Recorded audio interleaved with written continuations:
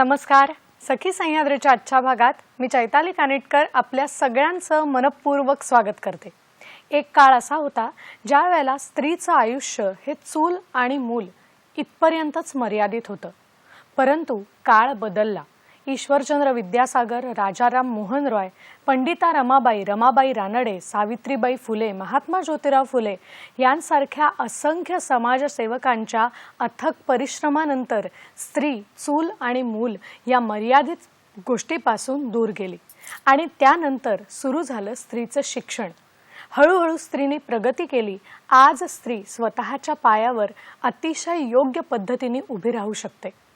प्रत्येक महिलेला, प्रत्येक स्त्रीला स्वतःच्या पायावर उभं राहायचं असेल तर गरज असते ती योग्य मार्गदर्शनाची.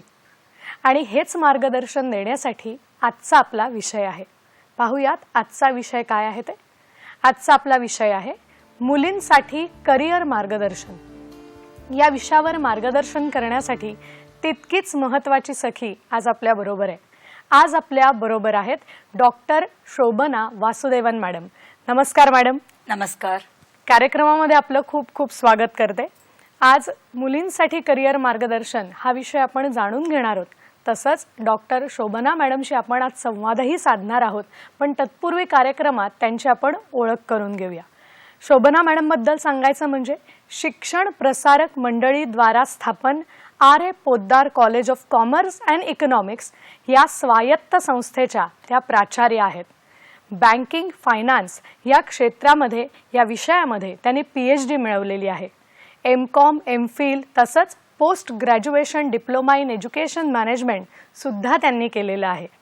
स्पेनच्या युनिव्हर्सिटीकडून रिसर्च एक्सलंट अवॉर्ड त्यांना मिळालेला आहे. त्याचबरोबर USA मधल्या 2 युनिव्हर्सिटी, कॅलिफोर्निया स्टेट युनिव्हर्सिटी तसंच युनिव्हर्सिटी ऑफ विस्कॉन्सिन येथे व्याख्यानासाठी सुद्धा त्यांना निमंत्रित केलं गेलं होतं. अशा या व्यक्तीबरोबर यांच्याशी आज आपण संवाद साधणार आहोत आणि मुलींसाठी करिअरच्या काय काय वाटा आहे ह्याविषयी जाणून घेणार आहोत. पहिल्या प्रश्नाकडे आपण वळतोय. हो, अगदी सुरुवातीलाच मनात हा प्रश्न येतोय. आत्ताच 10वी-12वीचे रिझल्ट्स लागले. आता 11वीचे ॲडमिशनही काही दिवसात सुरू होतील. तर आपल्याकडे एक साधारण दृष्टिकोन असा होता की कला शाखेत जाणाऱ्यांना करिअरच्या संधी नाही असा पालकांचा किंबहुना मुलींच्याही पालकांचा विचार होता, मुलींचा विचार होता. पण आज आपल्याला कला शाखेतही तितक्याच संधी बघायला मिळतात. तर याविषयी काय सांगाल? नक्की चैताली, धन्यवाद. तुम्ही हा संधी मला दिलं. हे कला क्षेत्रामध्ये जास्त परिणाम आलेले आहे पूर्वी 5 वर्षाचा आम्हाला बघेल तरी. BA हिस्ट्री, BA सायकॉलॉजी आणि लँग्वेजेस हा पण मुख्य त्यांचा भाग असतो. हिस्ट्री म्हणजे तुम्ही पॉलिटिकल सायन्स आणि सोशिओलॉजी हा शिक्षण घेताना मुलींना जास्त वेळ मिळण्यासाठी तो MPSC आणि UPSC त्याला भाग घ्यायला आणि त्यांच्या काहीतरी जास्त अभ्यास करायला, त्यांच्या जास्ती ट्रेनिंग जास्त घ्यायला हवे असते. आणि त्यांच्या सिलेबसला पण UPSC IASच्या परीक्षाला पण हे सोशिओलॉजी विषय, पॉलिटिकल सायन्स विषयाला जास्त त्याला भाग येतो म्हणून त्याला सोपं पण येते. नंतर तुम्ही सायकॉलॉजी आता खूप आता मोठ्या प्रमाणे जास्त झालेले आहे. कारण 2 असू शकणार. असं डिप्रेशन पण मुलाला जास्त झालेले आहे आणि मुलं पण सायकॉलॉजिस्ट आणि सायकियाट्रिस्ट जातात आता तुमच्या मनोवेदना काहीतरी रेड्यूस करायलासाठी. सो सायकॉलॉजी विषय पण जास्त प्रमाणे जास्त मला दिसतो. म्हणून हे आता कट ऑफ तुम्ही सांगितलं 10वी-11वीच्या प्रवेशला पण आला 94 पर्यंत आर्ट्सला कट ऑफ आता दिसतात. म्हणजे तो मुलांना आता माहिती पडलं. आणि वेन आय से दॅट मुलींच्या जास्त आम्ही दृष्टिकोनमध्ये बघितलं हे विषय मुलींसाठी खूपच चांगलं असते. मी हिस्ट्रीला इतिहास, आर्किओलॉजी, कार्बन डेटिंग वगैरे मध्ये पण खूप जास्त करिअर पाथ आज आम्हाला मिळतो. So there is so much of scope.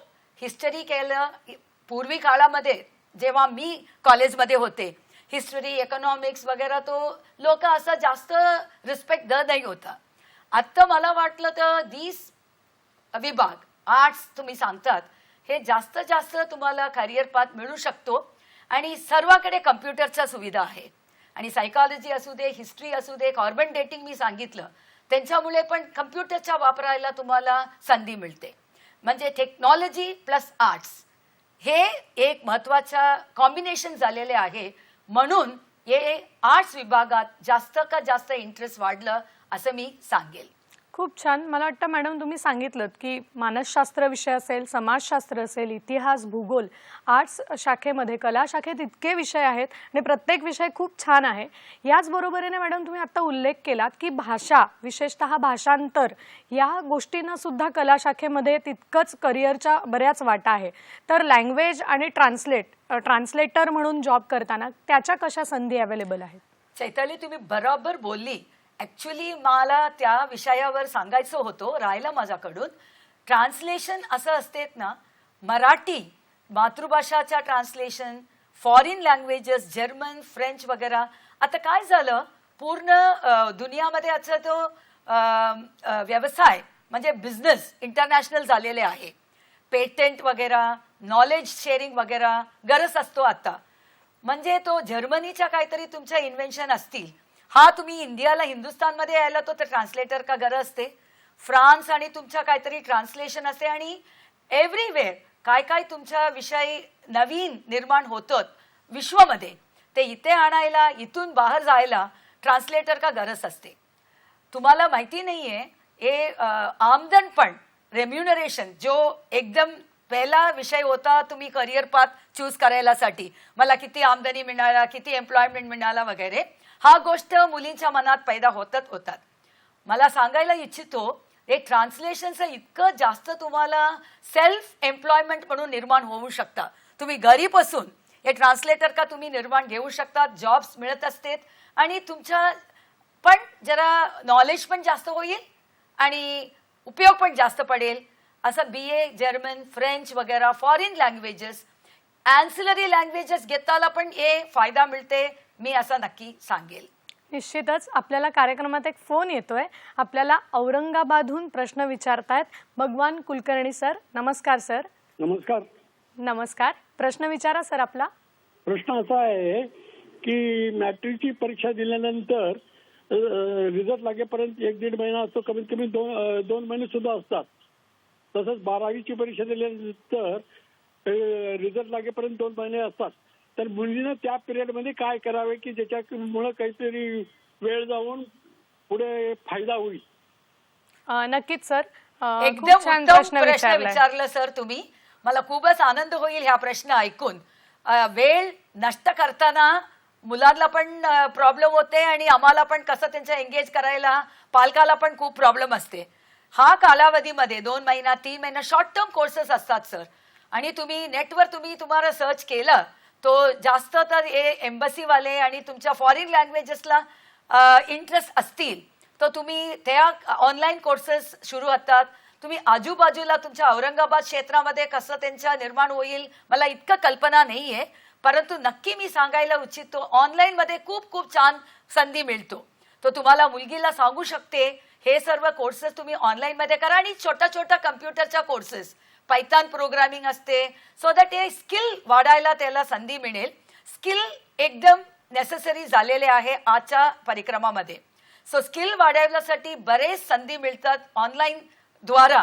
तुम्ही तो पण ट्राय करू शकतात. लँग्वेजेस नक्की तुम्ही करू शकतात. मला एक स्टेप पुढे जाऊया. संस्कृत हा तुम्ही शिकायला तुम्हाला संधी देईल, जास्त त्याला परिणाम होईल. भविष्य काळामध्ये असं सांगायला येतो संस्कृत, जर्मनी आणि असं फॉरेन लँग्वेजेस का जोडूनच जाणार आहे. आणि अभ्यासक्रम तुम्ही रेकमेंड करताना तुमच्या मुलींना लँग्वेजबद्दल तुम्ही ॲडवाईस द्यायला खूप चांगलं होईल. हा माझी सजेशन आहे.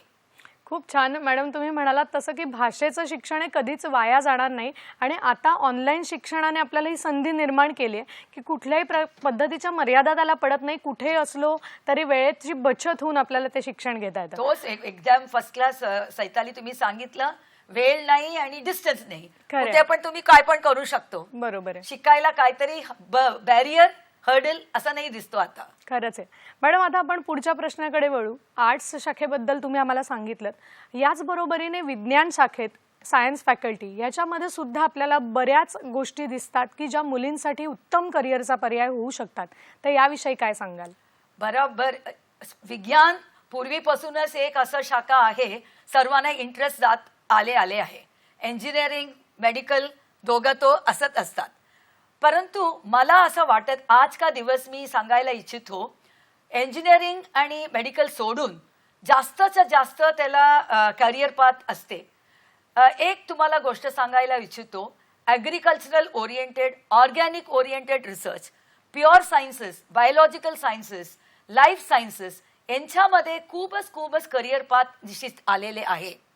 कोविड काळामध्ये आम्ही बघितलं नवीन औषधे त्याला काय टेस्टिंग करायचं असते, केमिकलचा काय परिणाम असतो, all these things are covered. Life sciences का गोष्टीमध्ये असते, प्युअर सायन्सेस, केमिस्ट्री आणि तुम्हाला water management, organic farming, agricultural related things हा सर्व गोष्टीमध्ये तुमच्या सायन्सचा करिअर पाथ असते.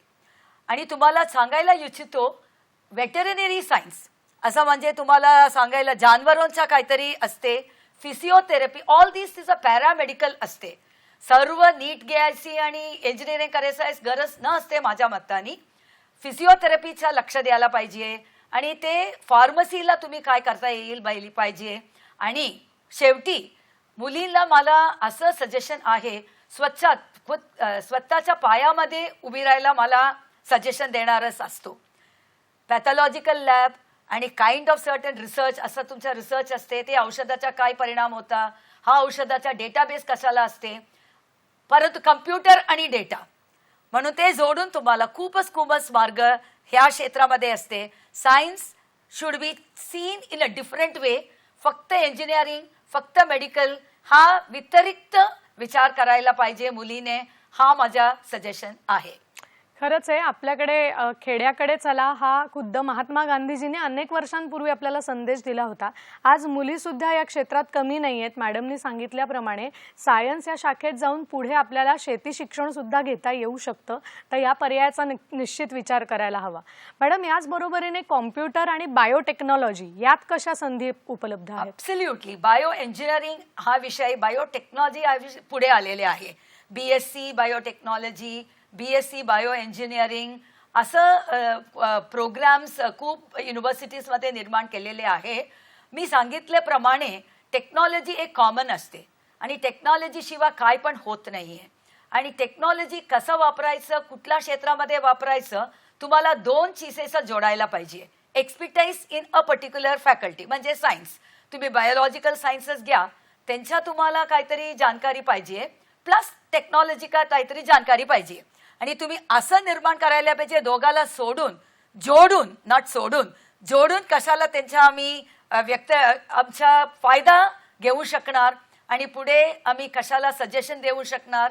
आणि खूप ऑपॉर्च्युनिटीज आहे फार्मास्युटिकल क्षेत्रामध्ये आणि इंजिनिअरिंग अँड स्टील इंडस्ट्री तसंच आम्ही बघतो.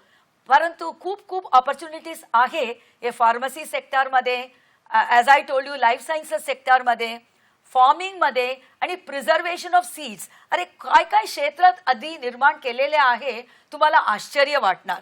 आणि आत्ताच्या दुनियामध्ये तुम्ही आम्ही नेटवर्किंग झालेले आहे आणि GIS आणि आम्ही जिओ रिलेटेड पेटंट्स आणि आमच्या टावर आणि जंगम असं कसं तुम्ही विलायतमध्ये खाणार आहे, असं सर्व आमच्याकडे संधी मिळणार आहे.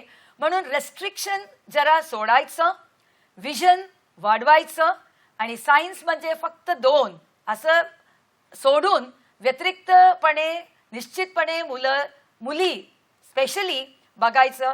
हा माझा निवेदन आहे.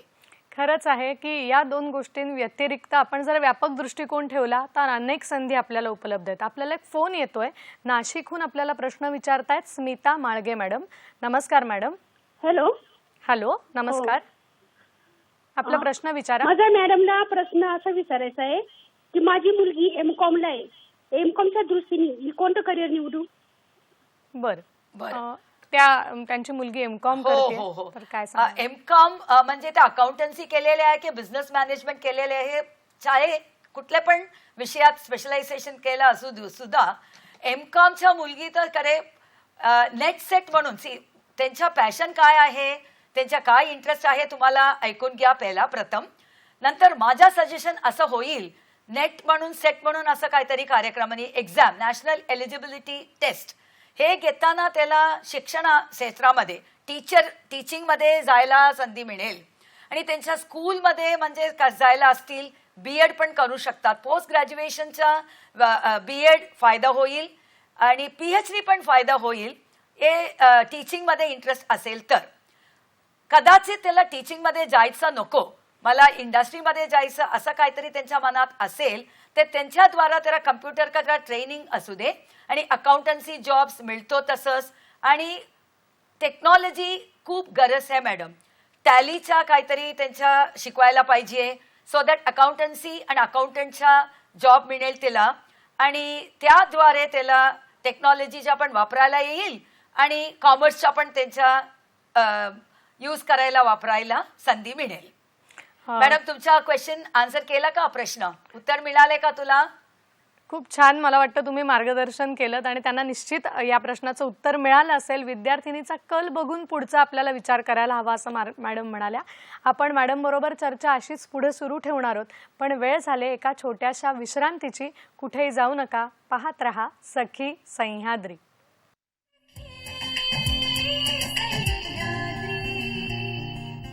ब्रेक नंतर पुन्हा एकदा सगळ्यांचं स्वागत करते. आजचा आपला विषय आहे मुलींसाठी करिअर मार्गदर्शन आणि या विषयावरती मार्गदर्शन करण्यासाठी आज आपल्या बरोबर आहेत doctor Shobhana Vasudevan madam. Madam आता ब्रेक नंतर मला असं विचारायचं आहे, विज्ञान शाखा आणि कला शाखा आपण आम्हाला उलगडून दाखवलीत, पण याच बरोबरीने कॉमर्स शाखेकडे सुद्धा मुली वळताना दिसतात, तर या शाखेमध्ये कशा पद्धतीने करिअर आहे? हा माझा क्षेत्र आहे ज्याला माझा इंटरेस्ट, जहा मी काम करते पोद्दार कॉलेज कॉमर्स अँड इकॉनॉमिक्सच्या कॉलेज आहेत, म्हणून मला जास्त त्यांच्या व्यतिरिक्त बोलायचा वेळ मिळणार आहे का मला माहिती नाही आहे. परंतु थोडक्यात मला बोलायला इच्छितो, कॉमर्स अँड मॅनेजमेंट क्षेत्र खूप खूप मोठं क्षेत्र निर्माण झालेले आहे. काय पण तुमचे व्यवसाय करायला कॉमर्स पाहिजे, फायनान्सच्या शिवाय काय होत नाहीये. म्हणजे दोघं इतकं मोठा ऑपॉर्च्युनिटीजवाला शाखा आहे.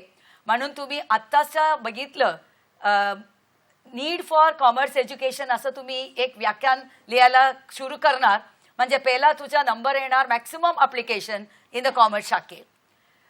हे सोडून आता काय मुली करू शकतात, मुलीच्या बद्दल बोलायला मी इच्छिते. चार्टर्ड अकाउंटन्सी आहे, CS आहे, सर्व तो old kind of time tested career path.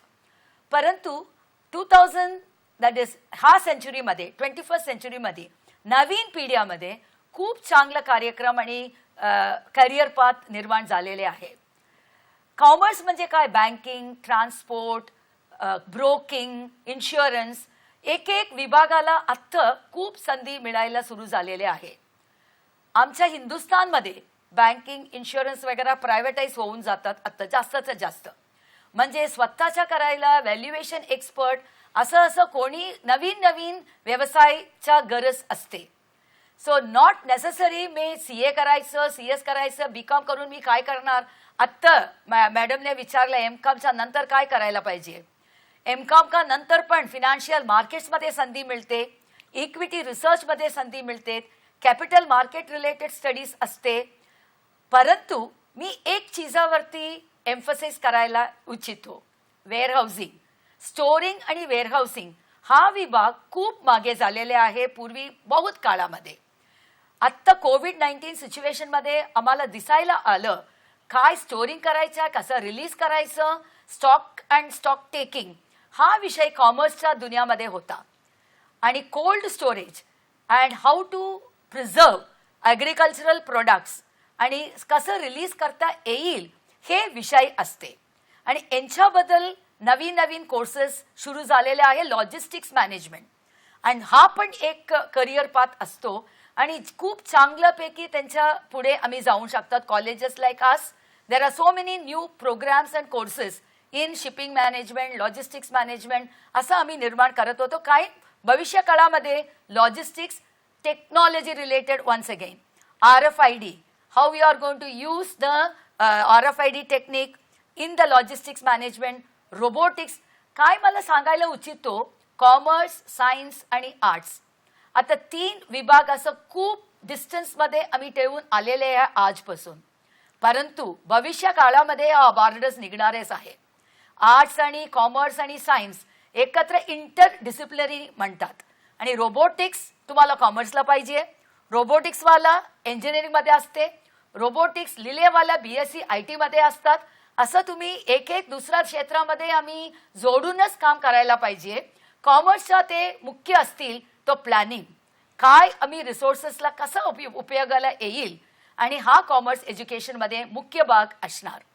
Financial मार्केटमध्ये इक्विटी रिसर्च म्हटलं मी. खरंय, मला वाटतं तुम्ही ही जी शाखा आहे ती अजून उलगडून दाखवालच. फक्त आता थांबवलं कारण कार्यक्रमात एक फोन येतोय ओके, आपल्याला. ठीक आहे. आपल्याला फोन येतोय औरंगाबादहून. चैतन्य सुपेकर आपल्याला प्रश्न विचारतायत. नमस्कार चैतन्यजी. नमस्कार चैतन्यजी, आपला प्रश्न विचारा. हॅलो. हॅलो, प्रश्न विचारा. नमस्कार. माझा प्रश्न असा आहे की बहीण आहे, तिने कॉमर्स घेतले आणि तिला CA करायचे. हॅलो. आपला प्रश्न विचारा. येतोय, आवाज येतोय. आपला प्रश्न विचारा. हॅलो. हॅलो. हॅलो. माझा प्रश्न असा आहे की माझी बहीण आहे, तिने कॉमर्स घेतले आणि तिला CA करायचे, त्यासाठी तिने आतापासून काय तयारी करायची? बर बर. त्यांचा प्रश्न असा आहे की 11वी कॉमर्सला आहे विद्यार्थिनी आणि CA करायचंय पुढे, तर आत्तापासून कशी तयारी त्यांनी करायला हवी? आत्तापासून तयारी असं करायला हवे, 11वीचा अभ्यासक्रम बरोबर करायची. बेसमेंट कॉन्सेप्च्युअल क्लॅरिटी एक मुख्य अंक असतात CA पास करायलासाठी. मुलांचा काय इंटरेस्ट असते, मी कोचिंग क्लासमध्ये जाऊन असं मला सर्व येणार असं न होते. CA जो पास करताना मुलांना तुम्ही ऑब्झर्व करणार, त्यांचा कॉन्सेप्च्युअल क्लॅरिटी जास्त असते. कॉन्सेप्ट कधी तुम्हाला निर्माण जाते 11वी 12वीच्या, आणि बेसिक बरोबर करायला पाहिजे. अभ्यासक्रम ठेवायला पाहिजे बाजूला, आणि त्यांच्या टेक्स्टबुक आणि काहीतरी शिक्षण हे नीट घ्यावा असं मी सजेस्ट करतो. आणि 12वीच्या नंतर त्यांचा फाउंडेशन कोर्स काहीतरी त्यांचा असेल ते एक एक करून तो पास करायला लागणार. आणि इंटरमध्ये BCom मध्ये तर थोडा लांब झालेले आहे CAच्या आता सिस्टम, परंतु ते 12वी पासून त्यांच्या जास्त त्यांच्या ध्यान देईल तर त्यांच्या पण बरोबर होत असेल. वेळावेळ त्यांच्या परीक्षा द्यायला संधी मिळेल आणि त्यांच्या पण CA होऊन जाणार, आणि CAच्या काहीतरी त्यांच्या बेनिफिट मिळणार ते मिळणारच. 11-12वीला जास्त कॉन्सेप्च्युअल क्लॅरिटी मी रेकमेंड करते. आत्ता कोचिंग CA बघायला जायचं नाहीये, फक्त त्यांच्या शिक्षणामध्ये जास्त ध्यान द्यावा आणि कॉन्सेप्च्युअल क्लॅरिटी घ्यावा असं मी सांगायला इच्छितो. हा, नक्कीच. मला वाटतं हा मॅडमनी दिलेला सल्ला फार महत्त्वाचा आहे की संकल्पना स्पष्ट नसतील तर फक्त मार्क आणि क्लास ह्याच्या जोरावर आपल्याला पुढे नाही जाता येणार. तर या गोष्टीकडे निश्चित आपल्याला लक्ष द्यायला पाहिजे. आपल्याला मॅडम कॉमर्स या विषयाविषयी माहिती देत होत्या, तर मी तिथूनच मॅडम पुढचा प्रश्न विचारते की आपलं जे क्षेत्र आहे बँकिंग आणि फायनान्स, तर ह्याच्यामध्ये कशा पद्धतीने करिअर मुली करू शकतात, काय सांगाल? बरेच ऑपॉर्च्युनिटीज आहे मुलींना. मी सांगितल्याप्रमाणे बँकिंग क्षेत्र पण खूप बदललेले आहे. आता बँक म्हणजे कोणी बँकमध्ये जात नाहीये, सर्व ATM सर्व असंच आमच्या टेक्नॉलॉजी वापरूनच करतात. परंतु कुठे आमच्या बेनिफिट होतो मी सांगेल, रिलेशनशिप मॅनेजमेंट, रिलेशनशिप मार्केटिंग असं एक नवीन योजना सुरू झालेली आहे. त्याप्रमाणे मार्केटिंग केलेल्या मुलींना जास्त त्याला उपयोग होईल. माझ्या मताने finance is going to be a very important field in the future. International finance, treasury management, foreign exchange trading. कारण आत्ता तुमच्या ऐकायला असेल तो एक्सचेंज रिलेटेड ट्रान्झॅक्शन्स खूप जास्त सुरुवात झालेले आहे. प्रवास पण जास्त, आता कोविडमुळे जरा थांबलेले होते, आता सुरुवात होणारच आहे. प्रवास एक क्षेत्र से दूसरा, country wide travel and all those things are going to start. So tourism management plus foreign exchange management हा क्षेत्रामध्ये मुलीं जास्त इंटरेस्ट होईल. मला आहे ना मुख्य म्हणजे मुली स्वतःच्या, as I told you earlier, मला आहे ना स्वतःच्या पायामध्ये काय काय करू शकतात ते आलोचना करायला पाहिजे.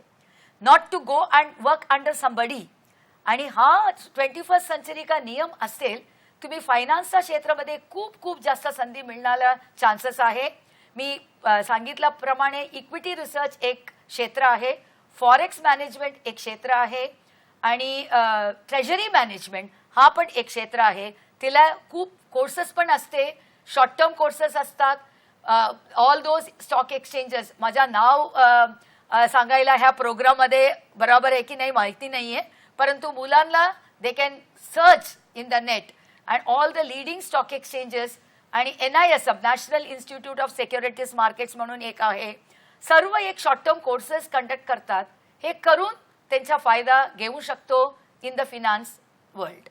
निश्चितच खूप वेगवेगळ्या कोर्सेसची नावं आपण सांगितलीत. आपल्याला एक फोन येतोय. रवींद्र कुडाळकर आपल्याला प्रश्न विचारतात जळगावहून. नमस्कार रवींद्रजी. नमस्कार. नमस्कार. माझा प्रश्न असा आहे, ग्रामीण भाग असो आदिवासी भाग असो या भागातील पालकच काही ठिकाणी कमी शिकलेले असतात. मग मुलींचं शिक्षण, मुलींचं संगोपन, मुलींचा व्यक्तिमत्व विकास, मुलींचे शैक्षणिक सामाजिक आरोग्यविषयक समस्या या तर भेडसावत असतातच आणि त्याचबरोबर त्यांचं मुलींचं करिअर कसं घडवायचं याबद्दल ते अनभिज्ञ असतात. मुलींशी संवाद कमी असतो पालकांचा, त्यांना समुपदेशन करणार कोणी नसतं. तर अशा मुली आणि त्यांचे पालक यांच्यासाठी तुम्ही काय सांगाल? धन्यवाद. निश्चितच त्यांचा प्रश्न आहे की ग्रामीण भाग जर आपण बघितला किंवा आदिवासी भाग तर तिथे पालकच बऱ्याचशा गोष्टींपासून त्यांनाच माहिती नसते, अनभिज्ञ असतात. तर त्यांच्या बाबतीत आपण काय सल्ला द्याल की त्यांचं मुलींचं करिअर कसं काय घडू शकतं? आता तुमचा कार्यक्रमच त्यांच्या संधी आहे. स्त्री सह्याद्री ते त्यांच्यापर्यंत पोहोचलं ते आम्ही आनंद व्हायला पाहिजे. परंतु सर तुमच्या पण जास्त जास्त तुम्ही काय करू शकतात मी सांगेल. बरेच ऑपॉर्च्युनिटीज आहे. पालक शिक्षण नाही असं मी म्हणते तुम्ही, परंतु शिक्षण पालक जास्त असतात, तुमचा एक्सपिरियन्स जास्त असतात. तुम्ही बघितलं असेल काय काय तुमच्या क्षेत्रामध्ये पुढे जाणारा आणि काहीतरी हँडलूम हँडीक्राफ्ट्स वगैरे तुमच्या काय वस्तू ते क्षेत्रामध्ये त्या भागामध्ये जास्त परिणाम होते. लोक त्यांच्या पुढे येतात आणि विचार करतात. हा मुद्दा ठेवून तुम्ही शिक्षण देईल तर ते मुलींना जास्त जास्त बेनिफिट होईल असं मी सांगायला इच्छितो. उदाहरण देते मी. एक ST भागामध्ये आमच्या कॉलेज पण कामं करतं. ते वाकरी पेंटिंग असं काहीतरी पेंटिंग असते, स्पेशल काइंड ऑफ पेंटिंग, तो कोणाला येत नाहीये. तो हा असा एक भागामध्ये तुमच्या भागामध्ये काहीतरी असतील. बरोबर, वारली पेंटिंग असेल किंवा कौशल्य विकास संधींबद्दल मॅडम बोलू इच्छितात की ज्याच्यावर लक्ष दिलं मुलींनी तर त्यांना फायदा मुलींनी होईल. हा पण देऊ शकतात आणि तुमचं ग्रॅज्युएशन पण करू शकता आणि दोघं मिळून मुलींना मार्केटिंग ते क्षेत्रामध्ये हे पॉप्युलर आहे आणि ते कुठपर्यंत पोहोचायला कसं संधी मिळेल, विलायतला कशा पाठवायला येईल आणि आमच्या क्षेत्राला पण कसा विकायला आम्हाला संधी देईल. अरे असं कनेक्टिव्हिटी पाहिजे सर आम्हाला. कारण मला पण खूप क्षेत्रामध्ये मी ट्रॅव्हल करते, मला खूप आश्चर्य वाटते. ग्रामीण भागामध्ये मुलीच्या इतकं हुशार असते आणि त्यांच्या इतकं स्मार्ट असतो, परंतु त्यांच्या संधी जास्त मिळत नाहीये. तर आत्ता आमच्या काहीतरी एक्सचेंज आम्ही तुम्ही त्याला पाठवा कुठेतरी 10 दिवस त्यांच्या ट्रेनिंगसाठी पाठवा, कारण त्यांच्या विजन पण वाढेल आणि त्यांचा पण नॉलेज पण वाढेल आणि धैर्य. सर मुख्य आम्हाला मुलीला काय द्यायचं, सेल्फ कॉन्फिडन्स. आणि ग्रामीण भागामध्ये थोडं हे जरा वर्कआउट करायला पाहिजे आपण. सेल्फ कॉन्फिडन्स कमी असते मुलींना आणि त्याला स्वतःचा मनात असं आहे मी कला करू नाही शकतात, माझ्या भाषा इंग्लिश बोलायला नाही येते आणि असं असं त्यांच्या काहीतरी शायनेस येते. वो शायनेस आम्ही दूर करायला पाहिजे. मातृभाषा एक अच्छा भाषा आहे, त्याला सांगितलं काय प्रॉब्लेम नाहीये. सर्व इंग्लिशमध्ये सांगायचं काय अर्थ, आता झालं, हा जमाना झालं. आता तुमच्या भाषाचा काय प्रॉब्लेम नाहीये. फक्त तुम्ही मुलींना सेल्फ कॉन्फिडन्स वाढवा आणि तुमच्या क्षेत्रामध्ये काय काय वस्तू फेमस असतील, युनिक असतील, हा आणि एक काहीतरी तुमच्या डिग्री कोर्सेस वगैरे कॉलेजेस, आता बरेच कॉलेजेस आहे, डिस्टन्स लर्निंग पण करू शकतात आणि मुलीला हे दोघं जोडून ती मागे आणि पुढे जाणार हे नक्की मी सांगू शकतो. फक्त सेल्फ कॉन्फिडन्स वाढायला गोष्ट तुम्ही करा. निश्चितच. आणि तुम्ही खूप छान एक उदाहरण दिलं की जागतिकीकरणात आपण इतके जवळ आलोय की आपल्या स्थानिक काही गोष्टी हस्तव्यवसाय जर मुलींनी केले बरोबर आहे. तर त्यांना परदेशात निश्चितच चांगल्या पद्धतीने पुढे मागणी आहे. मॅडम तुम्ही खूप छान मार्गदर्शन करताय. असंच मार्गदर्शन आपल्याला त्यांच्याकडून मिळणार आहे. पण इथे वेळ झाली एका छोट्याशा विश्रांतीची. कुठेही जाऊ नका, पाहत रहा सखी सह्याद्री.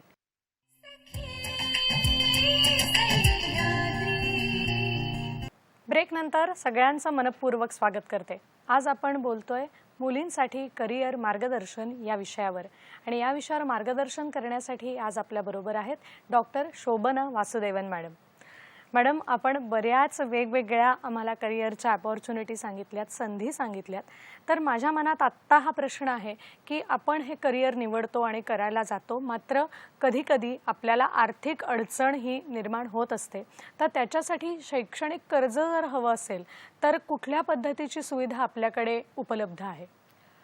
हे गोष्ट एकदम बरोबर आहे आणि गरज आहे.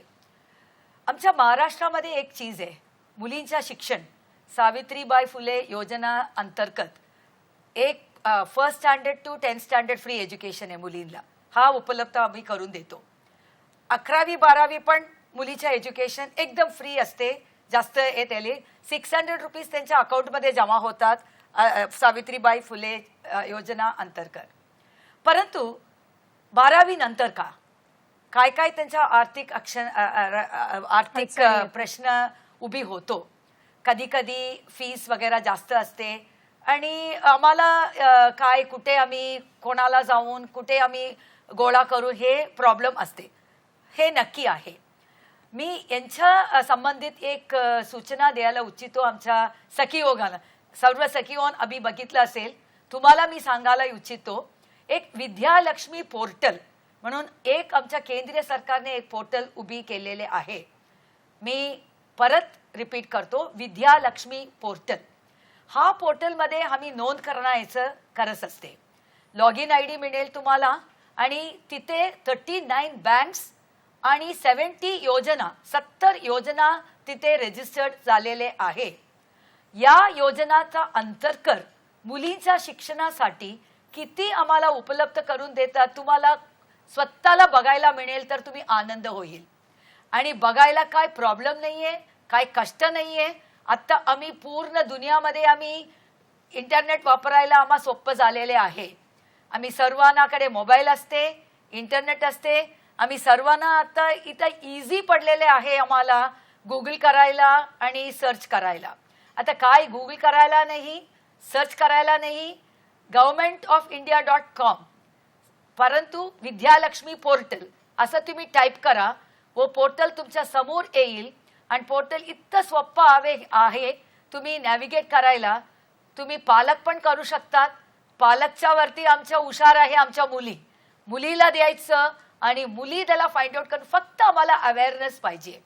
असा अवेअरनेस कमी असल्यामुळे आम्ही भीती वाटत ते 70,000च्या फी आहे, मी कुठे जाणार, काय करणार. अजूनपर्यंत आम्हाला ते व्यतिरिक्त आम्ही विचारायला सुरू झालेले नाही आहे. अरे मुली आहे त्याला लग्न करायला आम्ही पैसा गोळा करायचा वगैरे वगैरे. आम्हाला अजूनपर्यंत आमच्या काहीतरी हर्डल्स म्हणजे तो चिंतित असतो आपण. हा चिंता प्लीज दूर करा. एज्युकेशनल लोन आणि योजना हे खूप आहे मुलीसाठी. फक्त त्याला वापर करा, ऐकून घ्या आणि मुलींना पण जरा पुढे यायला संधी द्या. ही मला विनंती आहे हे पालक वर्गांना कोण हे प्रोग्राम बघतात. नक्कीच मला वाटतं सखीच्या माध्यमातून मॅडमनी खूप चांगल्या पद्धतीची माहिती आपल्याला दिली.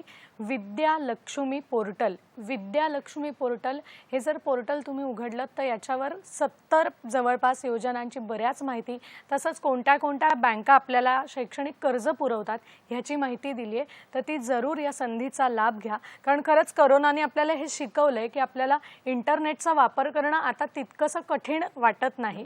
तर निश्चित मॅडम खूप छान माहिती दिली तुम्ही. विद्यालक्ष्मी पोर्टल आपण सगळ्यांनी लक्षात ठेवूया. मॅडम मला पुढचा प्रश्न विचारायचा आहे. व्यवसायभिमुख शिक्षण आपण जे म्हणतो की स्वतःच्या पायावर उभं राहायचं असेल, स्वतः एखाद्या गोष्टीला सुरुवात करायची असेल, उद्योग व्यवसाय सुरू करायचा असेल तर महिलांना याच्यामध्ये कशा संधी आहेत? खूप चांगलं प्रश्न मांडलं तुम्ही. हे माझ्या very close to my heart, असं माझ्या खूपच जवळचा विषय आहे. ऑन्ट्रप्रनरशिप असं तुमचा व्यवसाय म्हणतात, ते महत्त्वाच्या गोष्ट आधी निर्माण झालेले आहे 21st सेंचुरीमध्ये. स्टार्टअप म्हणा, इनोव्हेशन सेल म्हणा, सर्व तुम्ही स्वतःच्या कार्य करायला एनकरेज करतात. आम्ही खूप खूप त्यांच्या संधी मिळतो मुलींना प्रत्येक. आणि माझं सजेशन असं आहे, आमच्या मुलींना जो आम्ही कार्यक्रम बघतात, तुम्ही एकटात करू शकतात, सेल्फ हेल्प ग्रुप निर्माण करू शकतात, तुमच्या मैत्रिणी असेल 4, 5, 7 लोक तुम्ही जॉईन हँड्स करून एक असं क्षेत्र एक काय बिझनेस उभी होऊ शकतात. आणि स्टार्टअपसाठी खूप खूप संधी मिळतात. आणि योजना अंतर्गत सेल्फ हेल्प ग्रुप योजना, मायक्रो फायनान्स हा पण एक क्षेत्र आहे.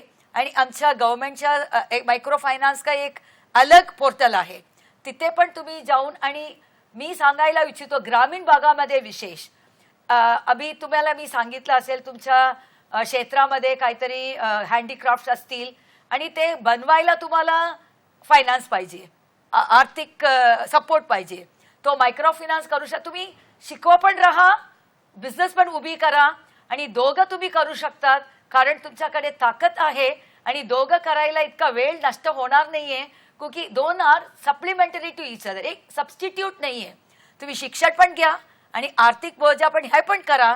हे करूनच आम्ही पुढे येऊ शकतात. महिला शक्ती असं आम्ही सांगायला इच्छितो, हे खूप आहे. आमच्याकडे डोकं जास्ती आहे, कॉमन सेन्स जास्ती आहे, आणि इंट्युशन पण जास्ती आहे. आणि हे वापरायला, आणि आय विल रेकमेंड, मी मनापासून त्याला रेकमेंड करते, स्वतःचा व्यवसाय कसं करायची. आणि हा पण खूप खूप कोर्सेस आहे. स्मॉल इंडस्ट्री सर्व्हिस इन्स्टिट्यूट असं पण गव्हर्नमेंटच्या व्यवसाय पण आहे, त्यांच्या पण तुम्ही जाऊ शकणार, त्यांच्या वेबसाईटमधून देऊ शकणार. मी एक बोलायला इच्छितो, आम्ही वापरून, मोबाईल वापरून, स्मार्टफोन वापरून खूप बघतात आपण, लेकिन 1 तास 2 तास वेळ काढायचं रोज, असं वेबसाईट बघायचं. आणि काय काय संधी आम्हाला उपलब्ध करून दिलं हे बघायचं, आणि आमच्या कसं सूट होईल हे निर्माण करायचं आणि पुढे जायचं. हे माझा रेकमेंडेशन आहे. खूप छान. मला वाटतं हा आपण विचार करायला हवा. आपण मोबाईल खरंच रोज बराच वेळ वापरतो, पण ह्या गोष्टीसाठी वेळ काढणं हे करिअरच्या दृष्टीने खूप जास्त महत्त्वाचं आहे. तर बऱ्याच गोष्टी आपल्याला कळतील. मॅडम, मला एक प्रश्न असाही विचारायचा आहे की क्रीडा क्षेत्र हे सुद्धा खरं तर मुलींसाठी काही मागे राहिलेलं नाही, तर या क्षेत्रात कशा करिअरच्या संधी आहेत? खूप छान प्रश्न चैताली. मागे राहिला नाही तुम्ही सांगतात, मी सांगणार थोडा मागे आहे.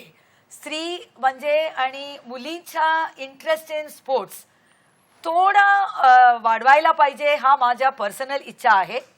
आणि मुलींचा सपोर्ट पण आत्ता थोडा बघते मी, पालक पण त्यांचा थोडा सपोर्ट करतात. आणि we have seen gold medal in Olympics वगैरे मुली जास्त आणून दिलेले आहे आम्ही रिसेंट हिस्ट्रीमध्ये. परंतु आमच्या मुलीचं तुम्ही बघणार, त्यांचा टॅलेंट खूप आहे, आणि हा टॅलेंट वापरायला क्षेत्र कमी आहे. थोडा संशोधन करायला पाहिजे आणि सपोर्ट पण द्यायला पाहिजे. आणि स्पोर्ट्स मॅनेजमेंट कोर्सेस पण मुली घेऊ शकणार. योगा, स्पोर्ट्स मॅनेजमेंट हा क्षेत्रामध्ये तुम्ही सर्टिफिकेट आणले आणि तुम्ही त्यांच्या करिअर पाथ घेतले, तर पण तुम्हाला करिअर पाथसाठी तुमच्या उद्योगासाठी मदत मिळेल. हे माझा नक्की बोलू शकतो मी. करिअर पाथ तिथे पण जास्त ऑपॉर्च्युनिटीज आहे. निश्चितच योगा क्षेत्र तर फार आता पुढे यायला लागले, त्यामुळे स्पोर्ट्स मॅनेजमेंट या विषयाकडे सुद्धा मुलींनी लक्ष द्यायला हवं. हा सुद्धा करिअरसाठी उत्तम पर्याय आहे. कोचिंग इज अभी तो ॲथलेटिक कोचिंग, रायफल कोचिंग बरेच ठिकाणामध्ये मुली पुढे आहे. लेकिन पुढे आहे म्हणजे तो मागे पण आहे. पुढे जायला काय त्याला पाहिजे, तो आम्ही पालक वर्गाला मी विनंती करते, त्याला पण तुम्ही सपोर्ट द्या. आणि हा क्षेत्र पण आम्ही जरा सुद्धा त्याला सपोर्ट करूया, आणि मुले हा क्षेत्रामध्ये पुढे येईल. नक्कीच आपण इतका विश्वास दाखवताय, निश्चितच याचा फायदा मुली घेतील. आपण या विषयावर चर्चा अशीच पुढे सुरू ठेवणार आहोत, पण इथे वेळ झाली एका छोट्याशा विश्रांतीची. कुठेही जाऊ नका, पाहत रहा सखी सह्याद्री.